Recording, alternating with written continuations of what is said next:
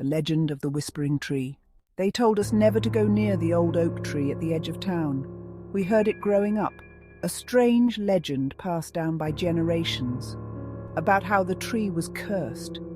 It wasn't the kind of curse with witches or hexes, though. No, this was worse. The tree whispered, they said. And if you listened, if you heard it, you'd be drawn in, forever. I didn't believe it, of course. I mean, who could? Trees don't whisper.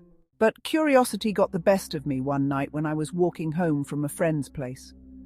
It was just past midnight, a fog rolling in thick from the woods, and I found myself wandering closer to the edge of town, closer to the tree.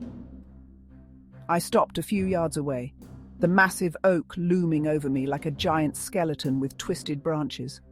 For a moment I stood frozen, listening. Silence. I almost laughed at myself for being scared of a tree until I heard it.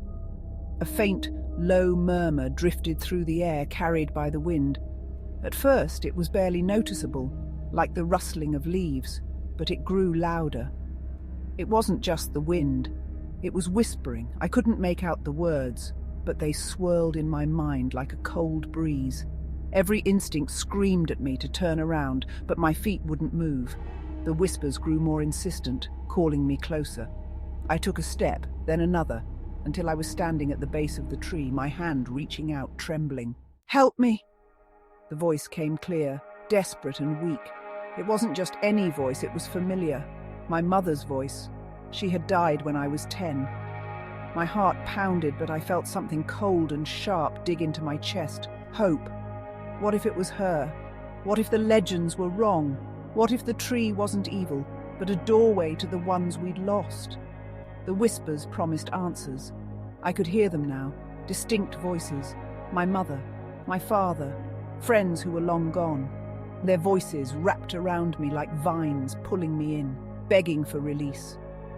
I pressed my ear to the bark, desperate to hear more, to feel their presence. That's when the bark shifted. It wasn't wood, but cold and smooth, like flesh. And then I realized the voices weren't coming from beyond. They were trapped inside. Before I could pull away, the roots beneath me snapped like ropes, wrapping around my ankles and dragging me to the ground. I screamed, clawing at the dirt, but the tree's grip was stronger. The whispers grew louder, screaming now, not for help, but for more souls.